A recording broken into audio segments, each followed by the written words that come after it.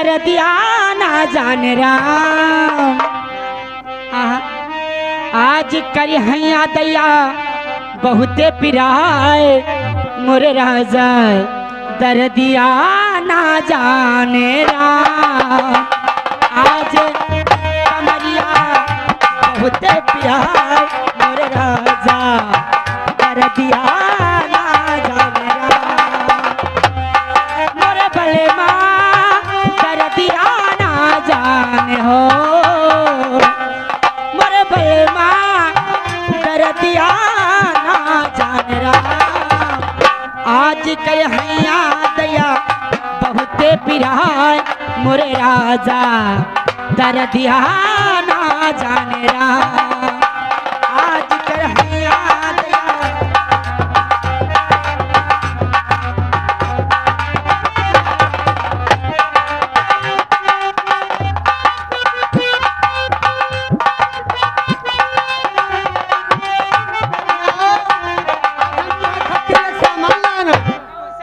करिया करिया ललगणिया ललगणिया हक बोली 1 रुपया ना दे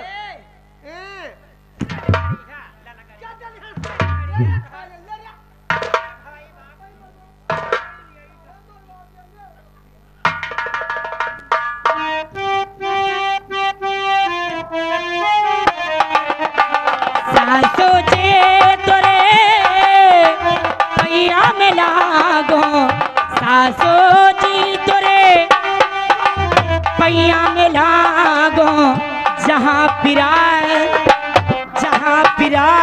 वहाँ देते हो दबाए मोरे राजा दर्दिया ना जाने राम।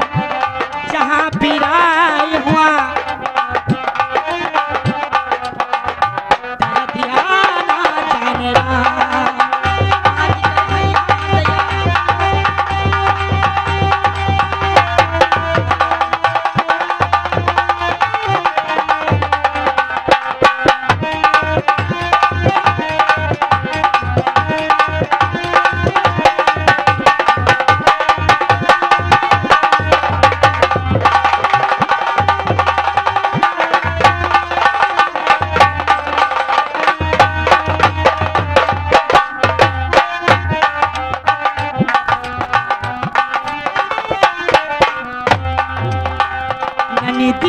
जी तोरे पैया में लागो नंदी जी तोरे पैया में लागो।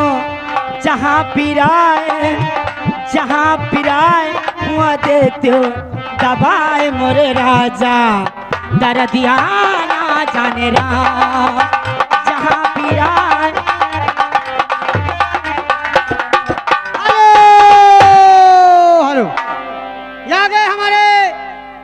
छलू यादव ग्राम दुर्गापुरा के निवासी हैं बिटिवा के संगले हम ना खाब तू हैं बाप भाग गए कल मारे ये आ गए बिटिवा के संगले बाबा।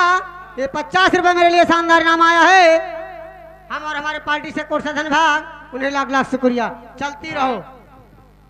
हेलो हेलो और हमरे भाई नंदलाल हो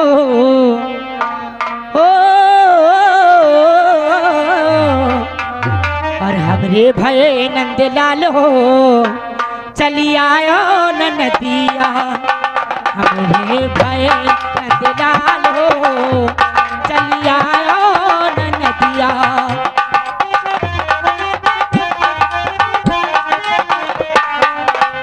आयो नदिया चली आयो नदिया आयो नदिया चली आयो नदिया। हमरे भाई नंदलाल हो हमरे भाई नंदलाल हो चली आयो नदिया। हमरे भाई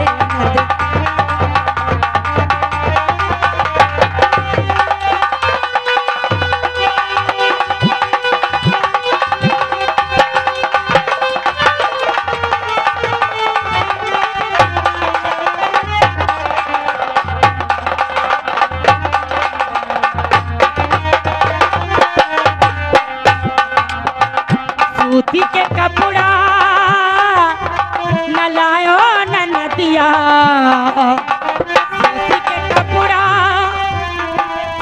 न लायो न नदिया, हमरे रेशम के रिवाज हो,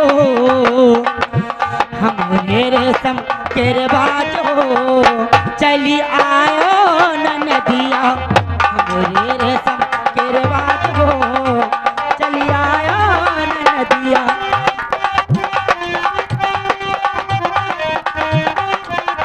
हेलो, ए बहनी, लड़कवा के बाबा का कहनारी क्या है? हेलो, सही बात तो कहे हो यार। बस तू का फेटारा काटे महतारी ना कहू रे, तू हमें अपन दीदी काओ।